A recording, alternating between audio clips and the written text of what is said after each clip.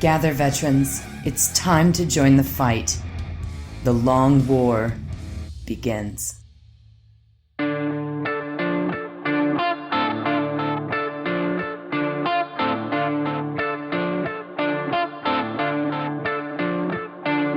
This is The Long War. I'm Robbie B. And joining me once again are my partners in crime, Kenny Boucher, Stephen Fore, and Mike Haspil. What's up, guys? Yo, dog, great to be here. Yo, what's happening, everybody? Not so bad. So we are coming off a big FAQ weekend, heading into the what's new in the FAQ segment here, I'm sure. But before we get to that, I'm sure we're gonna have a lot to say. So let's talk about poop first. Let's get that out of the way. Oh, okay, yeah. This is the obligatory poop segment. Any new good poop stories in here? No, my best poop story was taken away by that American Vandal 2 viral marketing clip. That was like, you can't top it. If you haven't seen that, you should. It's horrifying until you realize it's viral. I think marketing. that like Juice's fiance posted and tagged me in it. It was like, is like about Juice. Yeah. It was. There was actually something she tagged in, and gosh, I'm trying to think. It was a funny. There was a meme. Oh my God, there was a shit meme. You're marrying the right girl when she's throwing up shit memes and tagging her. Shit memes. Yo, so I got a funny one. So last maybe Friday night, I was trying to have, or Saturday night, maybe something like that. We've been so slam busy and everything with the hurricane, and my case of vertigo that I've been having now. This is day 8 of the spins. Literally, when I look up and down or different planes, it's pretty ridiculous. But so either way, we decided to kind of go out and try to have like a little bit of a date night or something. So we ended up having dinner with some friends and went out for a drink, and I called it night. So met some new people out, and a couple guys are military, and somehow I guys started talking about like shitting themselves. And I was like, all right, well, they're like, you're not offended or anything, are you? I said, obviously, we just first met. They're like, oh, I've got the best shit story. And I was like, Allie looks at me, and I look at them, and she's like, you going to tell them? I was like, I'm not trying to crush anybody's dreams right now. I'm not trying to one up they're super, in any other circumstance, solid shit stories, because some of the best shit stories I've heard are from military people. Yeah, they're like, and then they hear yours, and they're like, that's the worst.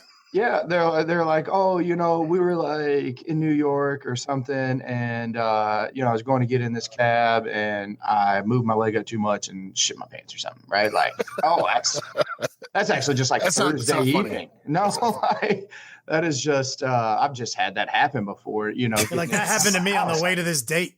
Yeah, sometimes that happens on me on the way to the toilet itself. So, and then so I was like, yeah, that's a pretty good one. You're right. And so they kind of, I left it hanging for a little bit. They're like, yeah, I didn't bring it right up. Cause sometimes when you're like the new person in the group, like, again, like Kenny said, you're not trying to one up anybody, you want to let people kind of hang on to their glory. And so finally, right before we left, they're like, wait a second, man, you hadn't told us, you said you had a really good one. I was like, all right, you guys ready? And 11 minutes later, this was a bar that probably had, 75 people in it, smaller space, pretty loud. The entire bar stopped because these guys started busting out laughing so hard. They're like, all right, our shit stories suck compared to that one. So again, this is something that we don't I love say. It. This is kind of like, this is like tribute. This is like, this isn't the best song in the world. This is a tribute to the best song. It's a tribute. So this is something that has been told to select few at certain major tournaments. I think the next one potentially will be LVO. If not, I think there's one coming up in Atlanta, Warzone Atlanta, that I might be going to. And definitely we'll have another rendition of it or another storytelling of it at Adepticon next year. So if you are in the situation to be around at that time, it is an amazing one. I'm here to tell you. Yep. My update shit story is more of a sad one. I was walking the dog out the other day. It was dark. There's this little zone I take her to, and sometimes there's other dog shits because people don't clean their shit up out here. And I'm like, that's a huge fucking shit right there. Like, and my dog sniffs it. It's like, that's a big shit. And I'm getting perspective on how big it is compared to my 14-pound dog. Then I pull out my flashlight and my phone. I'm like, that's a goddamn person shit. I know dog shit. I know horse shit. And that is definitely human people. That is human feces. All right. So now, what you got a good one? I heard a good story today, as a matter of fact, right there about where Juice is sitting. somebody told a story about how their son pulled down their diaper and pooped on the floor, because you don't go in the diaper, you go on the floor, and then sprinkled Skittles on it and called it smart poo. That's disturbing. I mean, I giggled. I was like, that seems something like a child would do. I didn't do that. No, I didn't do that either. You just throw it on the ground. Shit on the floor. Get swifty in here. All right, so we're going to jump into it.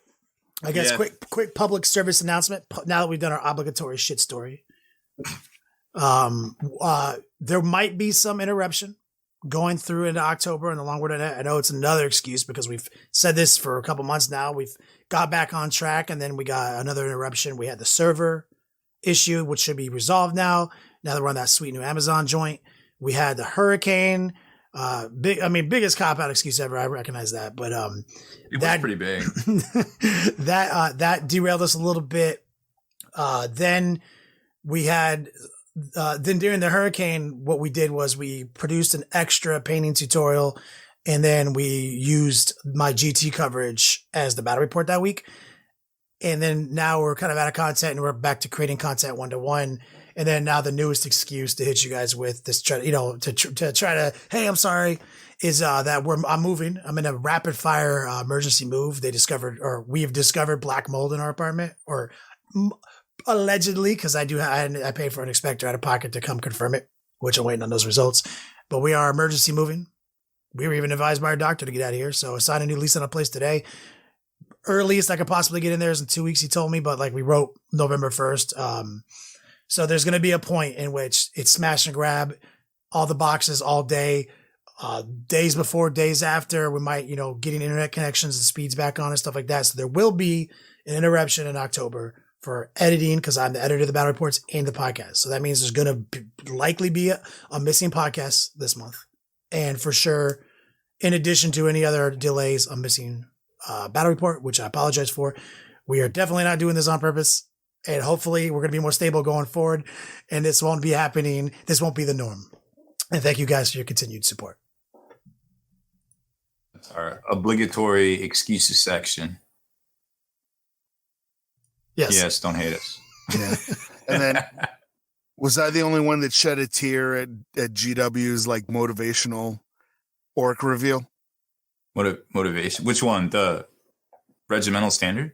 No, the epic commercial that they had that showed all this like uplifting. Oh, it was great. The orcs that can fly. Yeah. It was like learn to love again. Yeah. It was beautiful. I'm not gonna say I cried at an orc commercial. I'm not crying. You're crying. But yeah, it was awesome. I think they did it right. They gave us something they came in hot because that Slaneshi sprue got leaked. So they're like, oh, let's throw this together and get it out there and get in front of it. Give us a little something because we still know Gene Stealer cult's on the way, right? And then boom, the next day they're like, oh yeah, Orktober, that's a thing. So here it is. So that Slanesh kid, by the way, is ungodly beautiful. My goodness.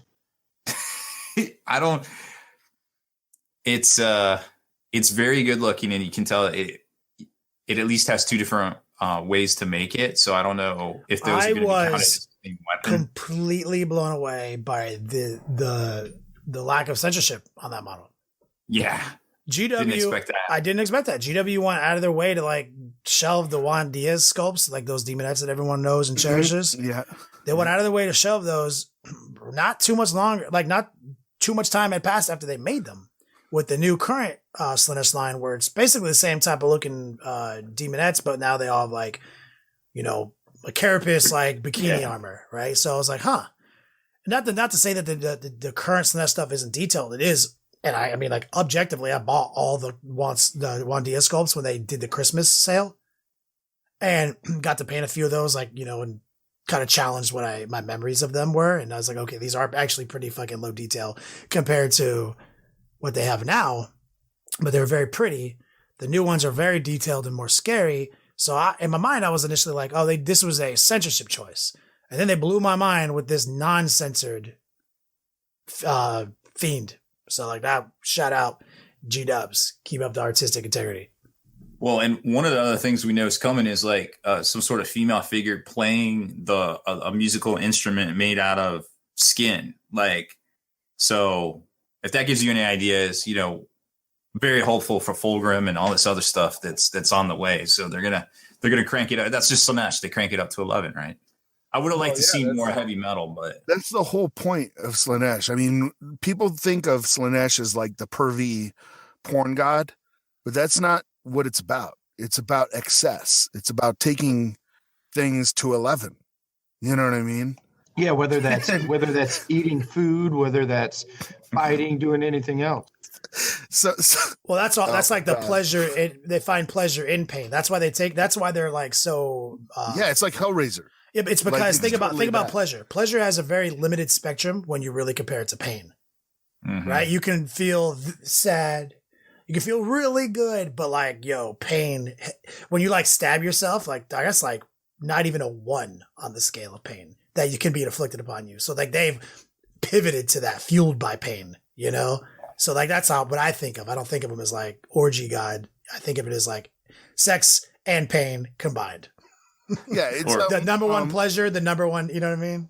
Yeah, yeah. Graham McNeil did a really, really good job with the novel Fulgrim, showing how they just kept taking things just too far. You know what I mean? Like, he has a woman in there who's an artist, and she starts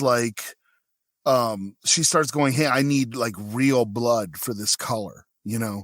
And so she starts inviting guys back to her room to seduce them and murder them so that she can use their bodily fluids for her paintings.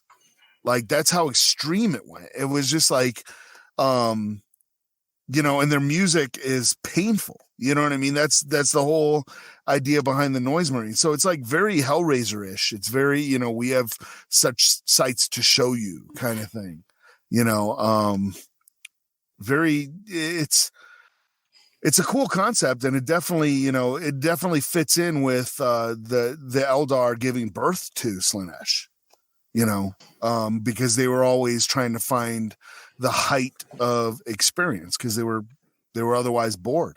Yeah. So I dig it. It's definitely much more imaginative than the other Chaos Gods, I think, with the exception of maybe Tzeentch. Oh, come on. Nurgle's the most baller one. No. No. You're going to get strong because you're going to be like Grody. No, that's not what that's the Imperial What's propaganda. everybody else got? No, it's about the concept of that. So when a god speaks to you, they speak to that a natural human emotion to make you, so that you are on board. And Khorne makes sense because like, honor, glory, lust, bloodlust all lead to it. So like it could be, so that's why he's so powerful. Is like he's got like double dipping, good guy, bad guy, right? Slaanesh obviously makes sense. People definitely take it or excess. Tzeentch starts to make sense and they're seeking knowledge and understanding. And like, we always have a twist with Nurgle. He's not like giving you disease. He's speaking to the emotion that humans within all of us exist, that apathy, that like, let it all die, let it all rot away, and let's see what's left. And then he grants you immunity from those in exchange to spread those. He also values life. He's like basically Buddha. He just doesn't see a difference between a fly's life and a human's life. Okay, so he's a nihilistic Buddha. Yeah, nihilistic Buddha with mold. Okay. Kenny Boucher. That's on a poster now. Nurgle, the nihilistic Buddha. Nurgle just wants to be your friend. P.S. Grody. He'll be your friend if you accept him into your heart. Outside of that, you're no different than a fly or a maggot. Savage. Speaking of which, I've accepted Nurgle in my heart. Yes, I was like, and where do you stand on this? All right, let's talk about some new releases. Can't slow down the new release train. Got to keep that foot on the pedal. So next week we've got the new Underworlds expansions, 2 of them coming out. If you missed Warhammer Underworlds Nightfall, well, it's a pretty neat little product. $60 US. You should be able to find it in stores right now. So Garbags Gits. That's the little grot duders that think very highly of themselves. That'll be out next week. In the Eyes of Nine is the Tzeentch warband there for $30. Both of them $30. Of course, they come with dice. They got the Underworld carrying case, which looks similar to the Kill Team one. Remember the Kill Team one with the little zipper, like soft foam? Yeah. That looks very familiar. Robbie B, I don't mean to stop the progression train here, but did I just hear you say that hobo's name is Garbage Bits? Garbags Gits. Garbage Bits, yes. Garbage Bits. I was reading the chat. I wasn't listening. Then I was like, "Juice, what is this joke he's about to Garbage Bits, really?" And then Rob just repeated it. It's like, that motherfucker's name is Garbage Bits. That dude's name is Garbage Bits. We've got Bilbo Baggins and Sloppity Bile Pipers and Garbage Bits. I mean, wow. Sorry. Let's move the train back in the right direction. So we got the Underworld carrying case for $50. It's got little foam cutouts for your ploys and your objective cards. I think also the objectives themselves. Garbage Bits dice set, Eyes of the Nine dice set.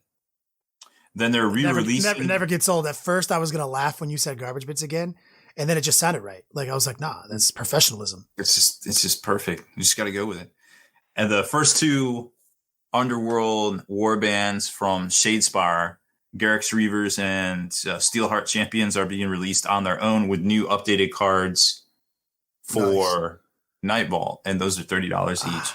Haspil, so what is Night Vault? Is going away. Night Vault is season 2 of Warhammer Underworld. Would you say it's a crime-solving vault?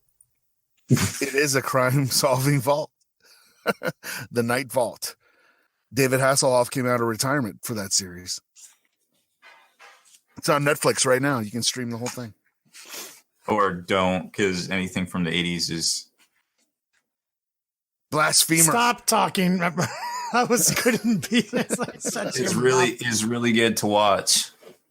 Yes, correct answer. Well, the reason everything from the 80s is really good to watch is because they're remaking it all now. Like, you're seeing the movies from the 80s, only they're renamed and they're called Guardians of the Galaxy or other stuff, or they're just straight remaking it.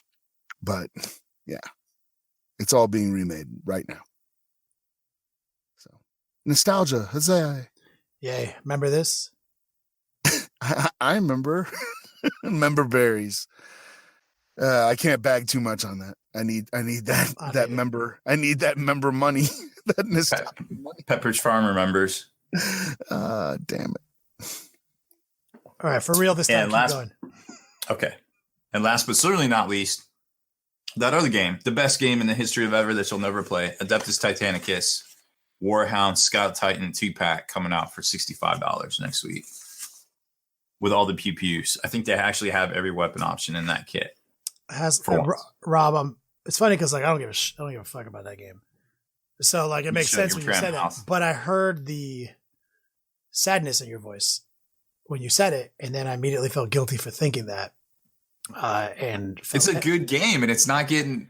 It is. I watched you play it. I watched you explain it, and I agree. I edited a battle report for a long time because you guys did that full scale battle report, and I actually found it to be a very well designed game. And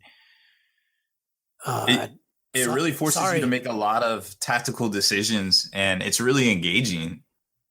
It's probably one of the most engaging GW games they've put out that I've ever played. So I formally apologize to you for having that initial laugh at your pain response.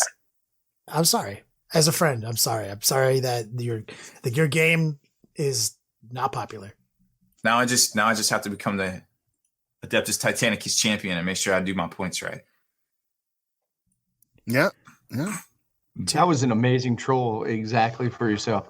Wow, that was like an appropriate level of troll level. I self troll. You killed it. Self troll. Well, there's no Forge World units in it yet, so I'll probably be okay. So let's do some wild speculation segment. Since we're already to the commercial break, according to my spreadsheet. So wild speculation, new Ork Codex on the horizon. We don't know a lot We know people are saying it's amazing, that it's game. I've heard from two different big sources from like gaming. Jeff Robinson, you said recently talked about a Chapter Tactics podcast that would be meta changing. I heard Reese say something similar and signals from the front line. What do we like? So we don't know shit. What do you think? What do you think now that two confirmed people who are very competitive, two organizations say it's going to be meta changing? How? Let's speculate. Well, so for them to say that it's going to be meta changing, they're going to have to know that the Knight Castellan is going to be dealt with. So orcs are going to have to come to the table, not just with 180 dudes. I suspect that they're going to have a little more of a elitist. Remember the Snickrot, remember the Wazdak and Nutsacks coming out of the air with the Storm Boys. I predict that you're going to have some major hard-hitting units that are in the form and fashion of 7 to 16 man units, not necessarily just 30. I think we know that all those orc vehicles are coming out, right? So the question is, what do they do? Like now we have with the FAQ, everything is you got to set it up. You're not going to come in from reserves except for 2 and 3, because after 3 you're destroyed, right? And of course we're talking match play, competitive. So anything that has the potential to zoom across the table and get in your face, and then you have the stuff that drops in and multiple threat overload. We've talked about that a lot. That might actually be a thing now. And if these things can kind of go in, and you've got orc vehicles that are on night basis. Think about that for a second. So you power slide up, you hit, you pull dudes off with the pile-ins and stuff, and then you clear up lanes. They might be the anti-horde. They could even be like. I agree with you where I'm like, I wait with bated breath to see how those are going to function in the game. My biggest fear, obviously, is the old like, hey, it's a super cheap toughness 5 vehicle that literally can't do anything but move around the table. So if as long as it's really cheap, that's still a great unit. Because you know what it does? I used to have a list where it literally had 1 billion little war tracks and fucking solo dev copters, grab objectives, right? My biggest fear is that they suck. But I have one word for you, Juice, in response to your elite thing. You're like, oh, I hope they have some way to deal with these things. One word. Stompa. What's going to happen there? The Gorkanaut, are you telling me that he's going to get to night level? I'll talk about the Stompa. The Stompa is already at night level. Like what? Like, what? But it's high points. I love it. Now, does GW, do they still make that Stompa kit? It's direct order. The plastic kit's direct order. You can get the upgrade bits from Forge World. So, and it's an actual model that they still make, kind of like the Bane Blade and whatnot. Yeah, so, it's just direct order. I mean, I would love to see some legitimate rules for this fool. Also, the Gorkanauts, I want to see them be powerful again. And if you actually look at a Gorkanaut, it's literally the size of a real Night Titan. Like the Stompa is even a little bigger than the Castellan. You know, so Stompa is roughly 11 inches tall. I've had measurements for it because I was going to make my own custom one out of a Drudge Dread ABC robot from the 90s movie. They made some resin ones in like Singapore, and I got a line on one, and we were going to make him like a big old orc. It was going to be fucking awesome. So I know it's about 11 inches tall. Do you remember though, Juice? Remember they had carrying capacity? Do you remember that they had like mechanics that can repair wounds? There was a certain time. I remember those stupid. There was a certain time where they could have put 11 models in it, and if you didn't kill that fool in a single turn, that he would just regenerate between the 7 to 8 guys that were inside of it. Yeah. I ran into that at Feast of Blades. Literally enraged me with Drago and a bunch of trying to think of who I had. It was a bunch of dudes that just did mad stuff. Like it might have been the Adeptus Mechanicus, the Cadillac guys, like right when they first came out. Mm-hmm. And it was just like taking down that Stompa to 1 wound 3 times. It was ridiculous. And it would generate all the way back up. And I was just like, oh my God. I would like to see. Stupid. That was the last Feast of Blades, actually. Yeah. So think about this. So if the Stompa's back and it's going to not suck, something along the lines of Knights, but it's like they have the Stompa, different weapon options and stuff. Then where are all these cool rules going to come from? Stratagems. What kind of orc Stompa stratagems are we going to get? We're going to get some that mirror the old style. maybe heal some wounds. We're gonna get a orky gun double shooter. I don't fucking know what that's orky as hell. Like we shoot twice. Like you know what I mean? Like I feel like the Stompa might come back in a very real way to supplement some of the elite stuff that they have, and I think it might have a carrying capacity, which is really fucking sneaky. I think that might happen. Gosh, my brain is going a mile a minute with you, and I want to chime in and say so many things, but you know what's putting me back in my seat a little bit is the Space Wolf Codex. The stipulations that they put in to say you get this cool ability if your warlord does this. This stratagem does this, but you have to first enact, this. So I just hope that they don't go so orky to say that, spend a stratagem and roll a d6 and this happens. Juice, remember, we're making wild speculations based on 2 confirmed competitive sources saying it was game changer. So I'm just going to assume, for the sake of this discussion, that they don't have any of that dumb shit, and it's dope. Let's just assume it's all amazing. Mm-hmm. All right, back on track. Yes, I am with it. Some double shoot, some swing twice has got to be in this.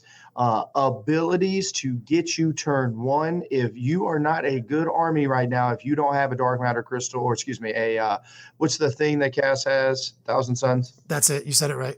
Dark matter crystal. Okay. If you don't have something like that, if you don't have a warp time, ability to double move, Death Company, full on fury. So, I'm just going to go ahead and assume that Storm Boys are still going to be able to touch you turn 1. And a big part of this is characters, right? Characters in clans. So we're going to have to get our first, we're going to have to get the regimental doctrines. We're going to have to get special stratagems to go along with the clan rules, characters that provide buffs to the clan rules.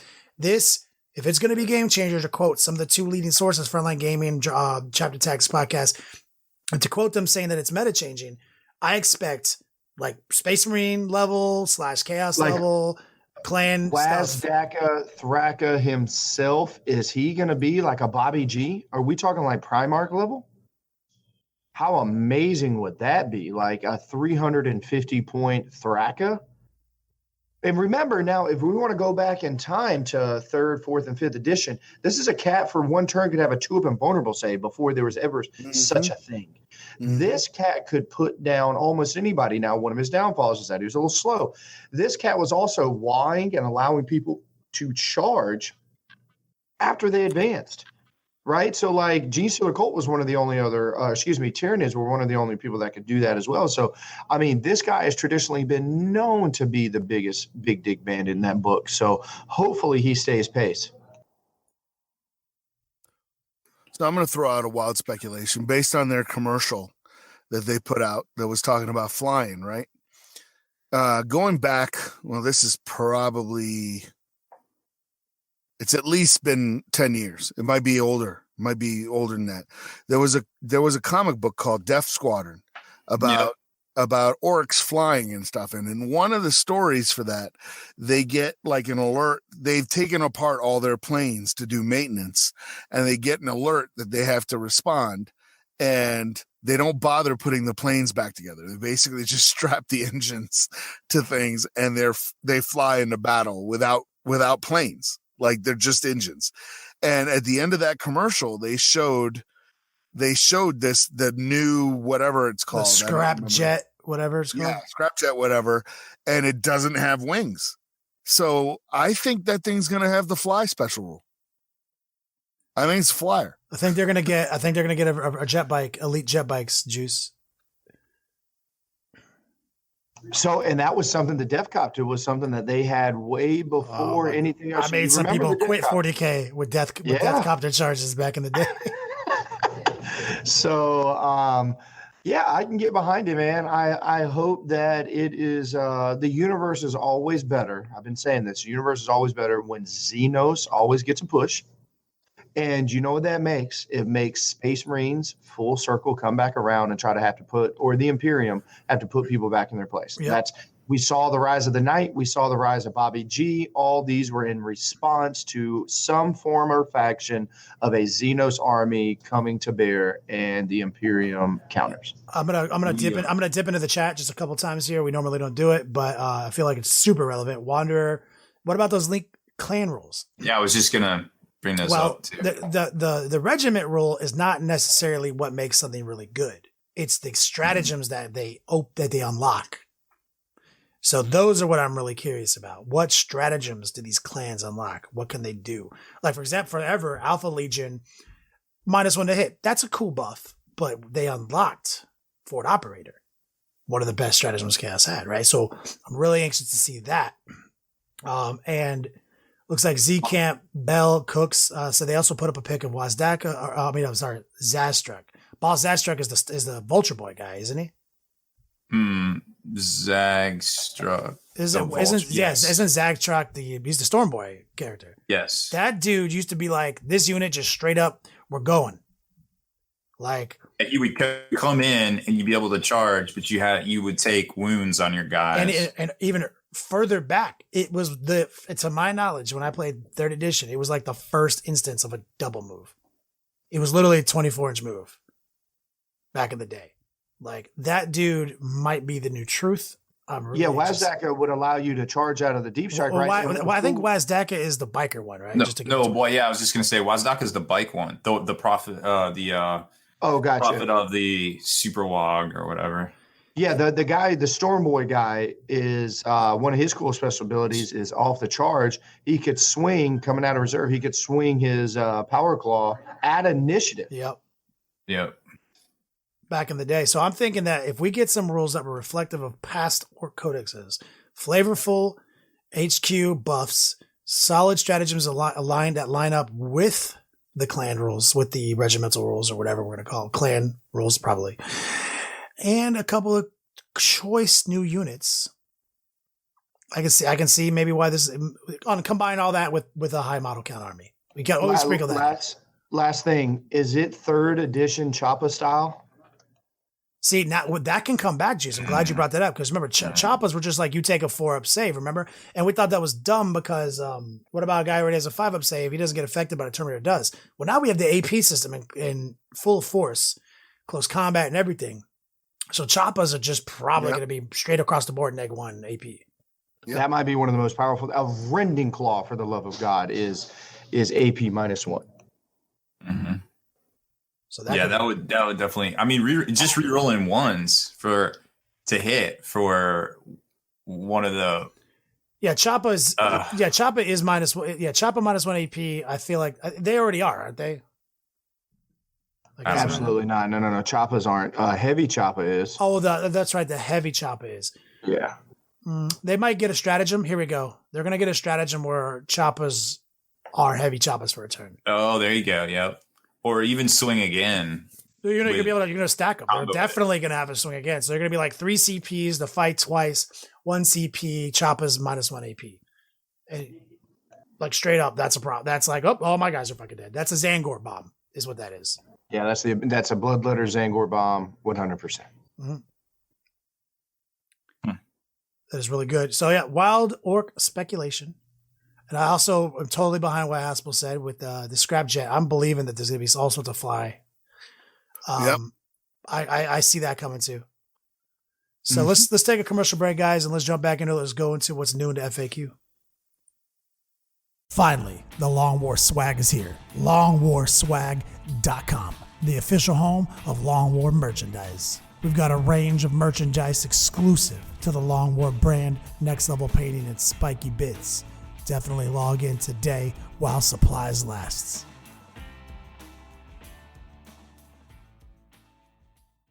Veterans, I've got news for you. Get your best deals online at dicehead.com. Long War Vets, call or email for your best vet deals. That's dicehead.com. elrixhobbies.com is your exclusive portal to upgrading your hobby. When you sign up at thelongwar.net, you gain an instant promotional discount good for 10% off at Elrix Hobbies. elrixhobbies.com. Dear veterans, quickly, make your way to thelongwar.net and find out how to reap your hard-earned spoils of this long war. For our allies at secretweaponsminiatures.com have rewarded us all with an extra 10% discount on all Secret Weapon Miniatures merchandise. So stock up, dear veterans, and enjoy.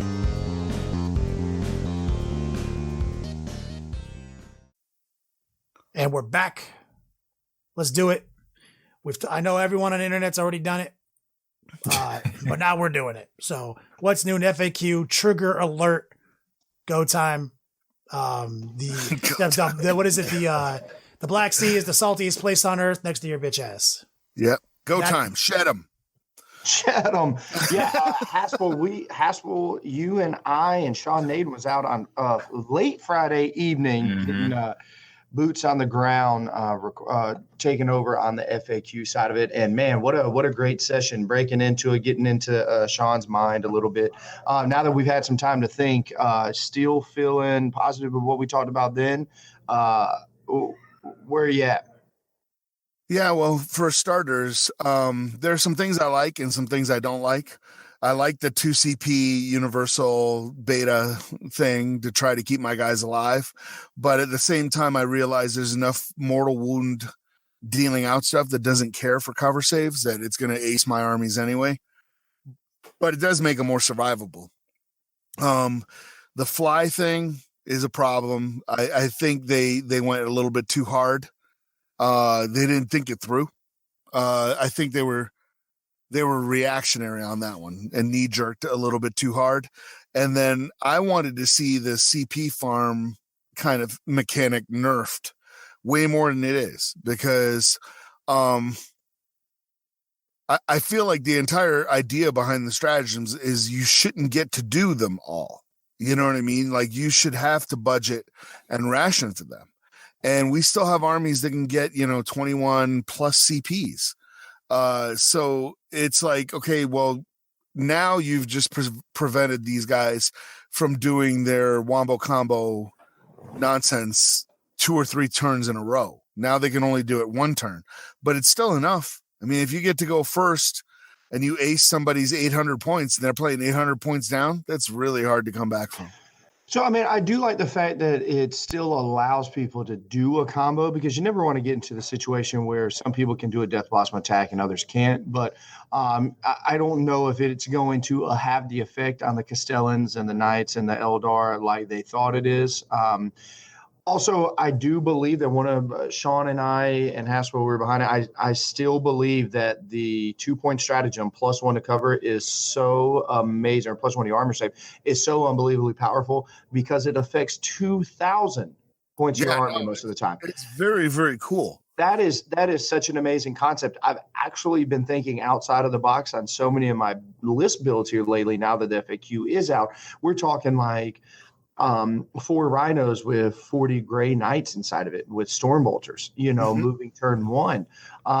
We're talking, there's lists out there. Obviously, we already talked about Magnus Mortarion. Them having a 2-up armor save on turn 1 is next level.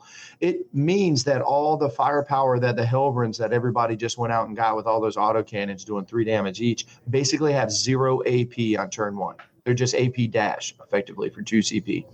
The Knight Castellan has went down. I've been saying that over and over again, that his offensive output on turn 1, when he takes a -1 AP modifier to all his weapons, that's an issue. His autocannons are the same way. The Call's Wrath Plasma Cannon that I put all these resources in to make him a character, to buy the relic, to spin the Raven strat, to do all these things. Now it's just a regular plasma cannon. So effectiveness across multiple levels is down, but I will say I believe it's one of the most game-changing things. Fly, I agree. That is unbelievable, and it's so unbelievable because, and this will be my only time saying it here, at least for this week, is the only people that don't give a shit about fly anymore is still Ynnari. You guessed it. Shining Spears, with all their soul bursting actions that they can do, still move as if it's the movement phase, ladies and gentlemen. So that means their fly keywords still work. That is frustrating considering everybody else with a fly keyword got nerfed. So I kind of have a problem with that. They're jumping over all the lines where everybody else, and even flyers, even their own Eldar flyers are having issues getting over bubble wraps. Lastly, I think one of the largest things that has changed is not being able to deep strike at all turn 1. I think this is huge. Huge. Some people that thought about bringing in some units are now going to not. I know, Kenny, we had even talked about before when you couldn't bring outside of your own deployment zone. They even took it back to 5th edition, 6th edition, where you just can't come down, turn one. Yep. So that's massive. That actually is hindering some of the armies that I did want to build, like the Space Wolf army that had a couple long fangs walking in off the board edge so they couldn't get alpha struck. Like, I actually don't feel that good with a 5-man unit of Space Marines with a 2 of armor save that has going to draw the attention of long fangs. I did want to walk them on a board edge on turn 1. So I don't know. I think those are the 3 biggest for me. Some of the other things. Some of the things you brought up actually were eye-opening to me, honestly. Like, when I listened to the cover thing, I thought it was cool, but I didn't think about the efficiency of the new stratagem, where, when you really break down the efficiency level of it, which it might not be always the best thing, but for 2 CP, literally affects 2,000 points of your army. Like you said, that is actually tremendous. That's a humongously efficient use of 2 command points to help you out. In some situations, it's going to be amazing. For some army configurations versus others, it's going to be completely a game changer for them.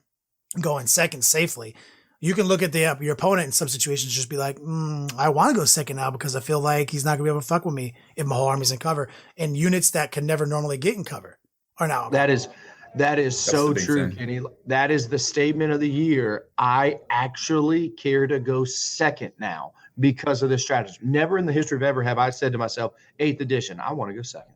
It's I can try to make myself feel better and say it's progressive, so I'll go second, and it's in a game. That is a lie. Damn it, I always want to go first. I make armies designed to win when I go second, but ask me how many times I've given that up the chance to go first when I win that. 0. It's going, right? Now I am really debating. I'm like, no, it's advantageous for me to go second because of the mission structure. And now you're telling me for 2 CP, I am defensible? I'm with it. Mm-hmm. Swarm Lord has a 2 of armor save. Yeah, you might see ignore cover come back in a big way. A lot of people have access to it. They just haven't, because cover hasn't really mattered. Hive Guard are super good now, right off the bat. Iron Warriors, Imperial Fist. And so conversely, I want to use that on the opposite end. All these indirect fire weapons like mortars that I'm abusing and a lot of people are abusing, like Wyverns that don't have ignore cover, are damn near useless on turn 1. Let me tell you how many mortars it takes to kill 5-man Space Marine units in cover with 2 of armor save. 1 million. 1 million of them. Literally. Yeah. I can't do it, right? So now you're telling me that even these big guys and even vehicles and even other things else, I don't care that I needed 5s to wound. I will just force you to make a handful of 3-up saves, and now something's going to happen. If I had wound on 4s and 5s and you're telling me you have a 2-up save, math is way skewed.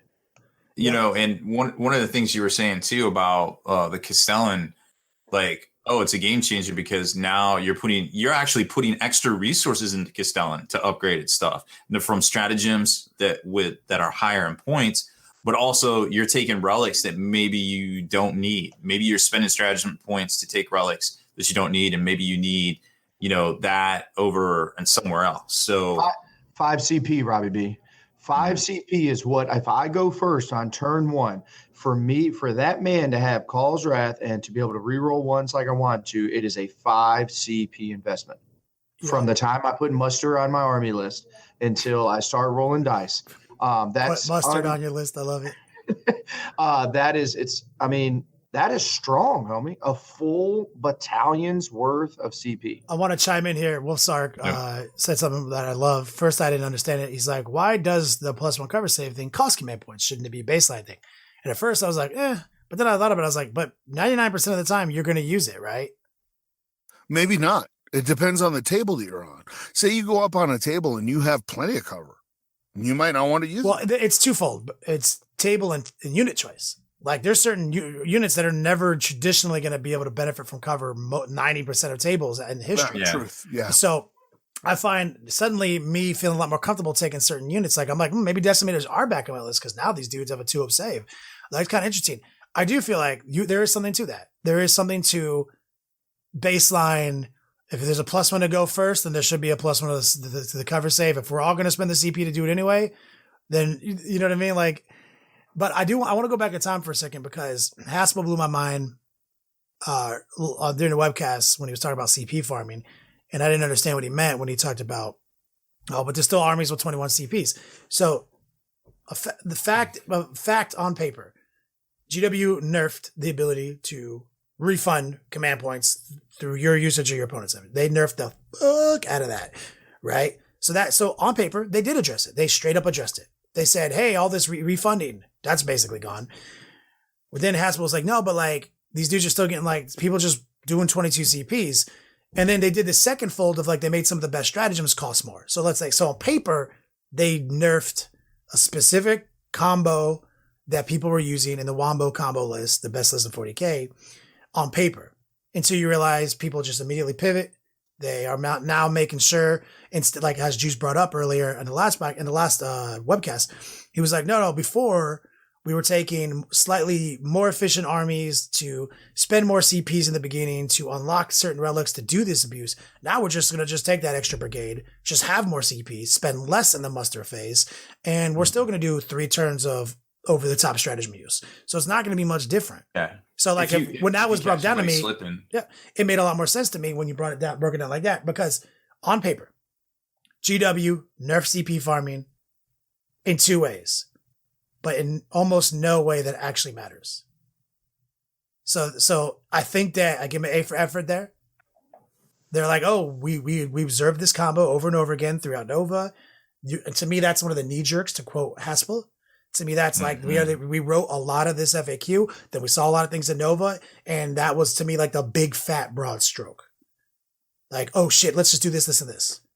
And then here we are. And then they sprinkled the fly wording in there. So technically, on paper, until you really dive into what the actual ramifications are, they did everything they set out to do.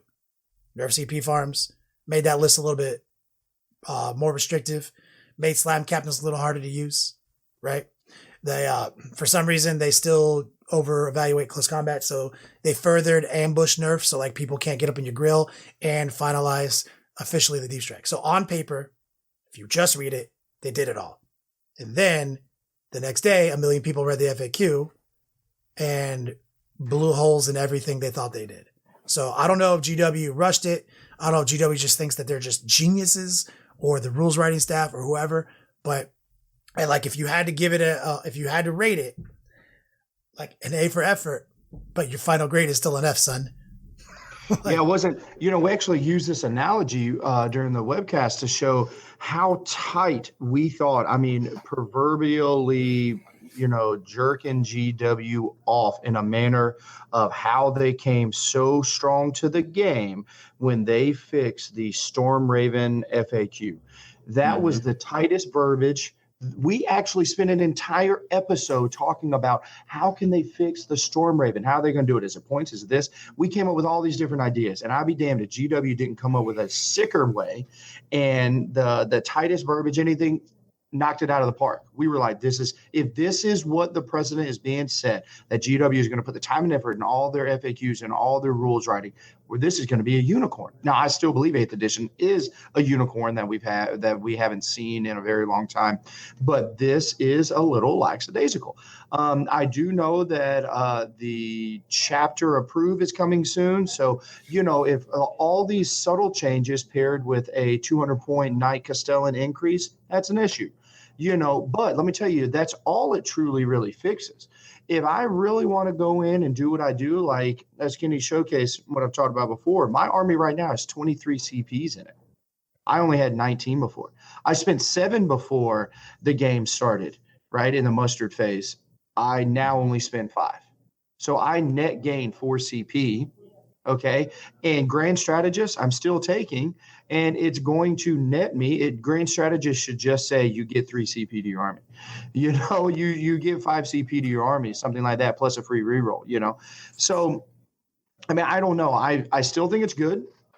This is actually not as deep as GW sometimes like to bring the hammer down on some of their FAQs.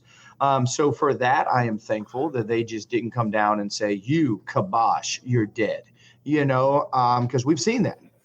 So we'll see. I think that the fly keyword, as Sean alluded to in the best words possible, this FAQ needs an FAQ to say anything that says move as if it's the movement phase does not count as being in the movement phase. I don't want that because that fly stuff is game changing. Because all these little memes and all the things that we're laughing at about how dumb our demon princes are going to look and how dumb Morty looks and all this, that's all out the window when you see Eldar jet bikes just flying right by you. So again, it's only really majorly broken when they're one of the only armies that can do it and no one else can. We'll see. Gene Stealer Cult, I think, took obviously for right now, there's no book yet, so there's no point. And we're actually here in the Beats Lab, there's quite a few Gene Stealer Cult players, and nobody's pissed off. Like, fine, we can't do what we do turn one. Actually, shout out to Wes right now. He's actually getting some games in and stuff. And dude, let me tell you how tactical it is not having the testicular fortitude to keep your Gene Stealer Cult models off until turn 2. You're like, I want them right now, but I have no option to have them. So GW is forcing me. Yeah, I agree with you 100%. I talked about this with Sean earlier on my tactics page where I was like, almost every game I lose in a tournament is because I did a bad habit, which was I want to go now. I want this to happen now. And and in the first few rounds of an event, you usually haven't encountered like the hardcore players yet. So then you can get away with a bad habit. It recently happened to me at Dice Hammer GT. Got away with that bad habit 2 times in a row, setting all my dudes up and going first, getting all in your grill. And then when I got to round 3 versus James Hermosa, I fell back into that bad habit, knowing in my heart that when I played up against hardcore dudes, I need to be a KG for about 2 turns, then hit him in the middle. Then let's see what happens as I'm racking the points up. And so to this point, empirically, you will do better if you typically don't push all your models in their face on turn 1. If it's a player who's reasonably equal to you in skill level and has ability in his list, you pretty much just give him the game. And so a rule like this new deep stack rule kind of just makes that decision for you. Yeah, because this is actually a phrase that we use over and over in the Beats Lab for the tactics class is hammers never hit hammers. You never do it because guess what? Tactics is out the window. No matter how good I am or how great-minded you are, it comes down to a 50-50 dice up. I'm not trying to win games like that. It just comes down to dice at that point. Right? Like I want my hammers to slaughter your weak units, and I want my weak units to plink away at your hammer. So when I decide to engage your hammer, I've got a leg up on you, right? And that's exactly what GW has done. And there's been so many times, Kenny, how many times did I say it back in the day when I was taking my 10-man Termagant units to unlock the troop choice for that when GW forced you to have to take 30 to make the Termagant a troop choice. I was so mad. You were mad, but then later when you played, thank you, GW. You actually forced me to win more games because if I were to just pull the trigger and taken those 30 dudes, I actually won multiple games on the back of those 30-man units because, they're fearless or this. So either way, it was, I liked it. GW is smart. They have obviously game plans and everything else. But I do want to touch on a comment that I saw in the chat as well. They said, GW isn't going to basically, they can't edit the game around tournament players, because tournaments are different, aka Nova and Adepticon are 2 different tournaments, so they can't really base their changes around it. Well, I want you to know they are. They're exactly how they're doing their FAQ for the competitive meta is 100% based around Adepticon and Nova. That's why the spring and fall FAQs are the month after both those events. Both of those events that they are making such a show in force. Obviously, they're business partners with these guys. Not to be too much of an echo chamber or to make it seem like you're wrong to the chatter, but you're wrong. After Adepticon, we got the big Horde nerf. They fixed Poxwalkers. They fixed Tided Traders. So they did it. So they needed to go to that field because the meta is so unique compared to Nova that they can get both sides. Unfortunately, they're just really far apart. So it's it looked, like it took a long time, but they absolutely changed some of the most abusive combos in the game because of Adepticon. And then now yet again, the meta shifted. They did it at Nova. So they're bringing their staff down. They're making observations. They're taking a look at what's working, reading the message boards, and they are. Now, I feel like the one after Adepticon was pretty decent. Mm-hmm. It was way better. The one after Nova, a lot. But here's the thing: a lot of things happened between then and now. We got new units, we got knights, we got this, we got that. Slam Captain Meta suddenly showed up. All these things happened, and now they're like, "Oh shit, what do we do?" And then of course they actually had their rules guys there. They had their rule guy there watching these things and maybe not even truly understanding them, and then knee jerk, we got to fix this now. Well, I think he understood them. I just think that when he saw them in play, he was like, "That is not what I meant." And that's what happens when you do things in a vacuum. Now, and I'm not saying that anything at this point in time, I'm not saying that what they've done obviously is malicious or malintent or anything else like that by any means. And I'm not bashing GW at this point. I'm just saying when you write so many rules and so many moving parts and you have 11 different codexes and all these new different data sheets coming out, I mean, even the best rules writing team is going to have patches and fix. I mean, come on. It's rough. It's hard to do. And we're Scientologists at this game, right? We have full degrees in this game to break and find the combos. That's what we do. So, and come to find out, without us to find those combos, there's no FAQs out there. So I guess in all reality, we created the FAQ. And also you're finding the combos for a small subset of the whole rule set, whereas they have to concern themselves with the whole rule set. You know what I mean? I mean, if you think about it, that whole targeting thing, which we didn't talk about for the ion cannons, that actually has now changed this number 3 in the main rule. So we have an 8-page rule set that has 9 pages of errata, which also has 2 fresh points, changing how targeting and when you pick your targets and you have to do all your weapons, also not blowing all your one-shot weapons if you don't want to. So at this point, a lot of the rules are already technically out of date, but that's something that we didn't really talk on. Jeez, maybe you want to make a point about it, is when you choose your weapon, you choose your targets, and now the ion shields actually work as, I guess, Credis intended. There's two stratagems that comes up the most: ion shields and lightning flash reflexes, right, Juice? Yep. Yeah, those are the two. And so those say they activate when you are chosen as a target. The original rule said that you didn't have to pick which guns went where until after that step. So step 3 and step 2, you would have to rotate your ion shields. So, and that again, we got back from Nova and we talked about it. Go to the podcast after Nova. In the Invitational, the 3 rounds that I played in the Invitational, it was played one way, exactly the way that we have described it. Step 1, you do this. Step 2, you have to rotate your iron shields or use lightning fast reflexes. And then step 3, I'm going to figure out my weapons. On the spot, literally after Robin saw me do that to Shookman on 2 different cases, when my Bang Gideus made a 14-inch charge, a.k.a. a 1-inch charge because I was 14 inches up in the air, and then when he went to go use lightning flash reflexes, he was literally disappointed and frustrated. And, that's not this on both those scenarios. But he had to check his own rules to see that he was wrong. Or not necessarily wrong, but this is how it was written.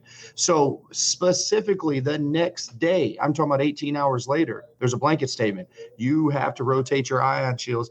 You get to use lightning flash reflexes at the time in which you're a target, which that is not how the rules are. And so it's so not funny at all, or not a coincidence at all that it made it into the FAQ. Yeah, no doubt. And before I lose this one, George, since we're looking at these comments so much, I love what he says here to the point of what the yardstick for measuring game balance is. Missions affect builds 100%. You are true. That is truth. So which missions are the baseline against? So here's the answer to that. They've picked, for the most part, to observe LVO and Nova and Adepticon. Nova and LVO, aka ITC mission package, share a lot of similarities. The term for that mission baseline is asymmetrical mission design. What Adepticon historically does is essentially a denial format, a combination of progressive objectives and old school objectives at different points in the tournament. So one of them supports asymmetrical mission balance. One of them supports denial. So when you go to Adepticon, you see a lot of denial armies. And when you go to LVO and Nova, you see a lot, honestly, more balanced lists, because asymmetrical mission design is sort of a choose your own path to victory style mission design. And they're very similar, but they have their own unique lists of secondaries, but they share a lot of secondaries and they're just worth different points. So those are the two predominant mission structures that they are balancing for. And GW's own missions in the rulebook for most match play are kind of denial, like tactical mission deck, like Maelstrom. That's a denial format. That is so there's really at this moment, it's kind of after the smoke settled, there's really only two camps and they are actually at least trying. That's why I say I'm back to A for effort. Effort. And keep in mind that their imbalance built into 40K, that is a marketing strategy. That is to get you to buy stuff. If the game was perfectly balanced and you could just go, hey, you know what? I can use my Grey Knights that I bought in 3rd edition and I don't have to buy new stuff. You know what I mean? Yeah, I've been done buying stuff for 40K forever. I had 18 armies at one point. If it was perfectly balanced, Haspil, you hit the nail on the head. I would actually not play this game. I'd play something else, right? The whole point is that there's the new hotness. I love it. Yeah. And that also kind of ties into something we've said, or Kenny kind of touched on it, was that if we did a true competitive like esports, like, hey, this is the thing, this is happening, it would have to be some sort of map-based, hex-based thing. And that's what we got Warhammer Underworlds with, right? Because essentially it's been pretty balanced. Pretty balanced, not out of whack. There was one little change and they immediately rolled out, or one little issue with the Cataphren relics, and they immediately got in front of it. They're like, oh, this is a problem, let's take care of it. But I mean, if you want balance, Warhammer Underworlds is probably the way to go. Rob, I love that. Like, if you want balance, you're probably in the wrong game system. We've said this before. This is to quote Juice, like, I'm going to go on this until I'm blue in the face, right? 40K is like the golf, like having a $20,000 a year golf membership. And just so you can go and play the stupidest game on earth that is ridiculous, just because culturally we've all decided it's the premium shit. It is where you put your 150 models on the table. And it's a skirmish game and you can go anywhere and you can do anything. And it's got ridiculous combos. And it's got giant robots, giant dragons, giant demons, little dudes with pistols, dudes with swords and lasers in the same. It is literally that. That is their vision of the game. It's always been that way, which is now with their secondary games like Shadespire or Underworlds. They also provide that other more balanced experience. Like Underworld is one of the most balanced game systems we've seen. And it's the smaller, the more movement restrictive, the more clean the combos are, the more balanced and tactical the game is. Yeah. That is not what 40K is, and it never will be. Yeah, just look at the proportion of time that you spend on 40K. Now, for most of us, the largest proportion of time is absolutely hobbying, assembling the models, painting them, whatever. The next proportion of time is scheming, is building your lists, plotting. You know what I mean? Figuring out combos, figuring out counters to combos, just plotting. Haspil, I learned a new vocabulary word today, mustering. Yeah. Mustering. That's right. Mustering your forces. How much time do you actually spend on the tabletop of your entire hobby time? It's a minimal fraction if you break it down. It really is. It's not, I would say for me, before I had to scale everything back, it was less than 20% of my time was spent actually on the table, rolling dice, moving models. Everything else was either hobbying or plotting, scheming, reading the codices, plotting stuff out and everything. And if everything's balanced, as much as I would love it, and I complain the most about, some of my armies that I spent a lot of love on getting the short end of the stick. But if everything was balanced, then there's no scheming. I just go, you know what? I have a counter to everything. And I do want to say that this FAQ is is 2 steps in the right direction to having a little more balance across all the armies. I will say that it absolutely, the armies that, the army that I currently am playing for tournaments and that did very well at Nova, that army did take a hit. That's a fact. Like, I can't say that army is as effective as it was then, because I cannot say that I will be able to, on turn 4, Raven strat. That won't happen. on turn 3, I'm going to be out of CP and will not be able to swing twice with my, Bane Gideon's if he lives, where at Nova I potentially could. Okay. So that is at a positive. The number one thing that in my opinion, I think might even outweigh the shittiness that the fly changes. Right. I think that stratagem, I have to beat it till it's dead. That stratagem is going to be game changing for all the field badsies that happened on turn 1. I think those are going to be less for anybody who thinks that, their guardsmen are going to stay alive. I don't care about that. Like, you're in the wrong place. Like, that stratagem helps units that aren't good right now. AKA transports, Dreadnoughts, Decimators, Lehman Russes with 2 up saves. And to be honest, I don't think it even helps as much the Custodes armies, the guys that already have 2 up armor saves, because they're already used to rolling those quality dice, right? So it's helping these Space Marine builds, Primaris armies, things I will actually think about deploying my Hell Blasters now, because I know that they'll have a 2 up save on turn 1, right? Like, instead of the second I put Hell Blasters on the field, they're dead. So they did 2 things to kind of help every army. What I didn't like and I'm frustrated with is how the hell did Ynnari not get any look, any glance? And the only thing that I will say is they specifically put in there for Gene Stealer Colt a caveat to say, hey, look, guys, you're getting a book soon. Don't worry. That's why we're taking this basically away from you. I don't know. I wish that they would have addressed it. But either way, there's going to be a lot of nuances coming in. There's going to be a lot of subtle changes. What do Wraiths do? If I'm a Necron player, I'm already kind of fighting uphill battle too. Haspil, I know that was one of your armies as well, but Wraiths was one of the shining lights that they had, and now you're telling me that they actually can't move terrain when they charge. That's kind of a unit that didn't need to get necessarily address. Like, who cares? Do that. That was one of the units that could charge through people before we even thought about that in the old editions. Yeah. And I don't think, I think Jessica Bowman is the only person in the history of ever that still rocks Wraiths at any tournament, right? And she kicks ass with them. But why does something like that need to be looked at and addressed? So, either way, all in all, I think this is a positive one. I think it's not as tight of rules. Kenny and Haspil, I think you both said it right. A little knee-jerk, little broad brushing of the broad stroke here. Hopefully, moving forward, it goes back to a little bit. And obviously, they've done all this with orcs in mind, right? Because the book is going to drop soon. So, Agreed. Future.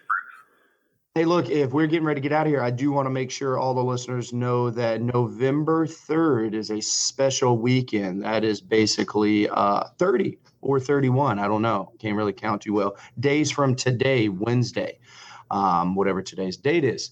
The 3rd. The 3rd. There it is. So Sean Naden, the best 40K player in the history of ever, captain of Team USA, is going to be heading down to the Beats Lab here in Southern Pines, sunny San Diego. And he's going to be hanging out. We're going to be doing a live in-person tactics class.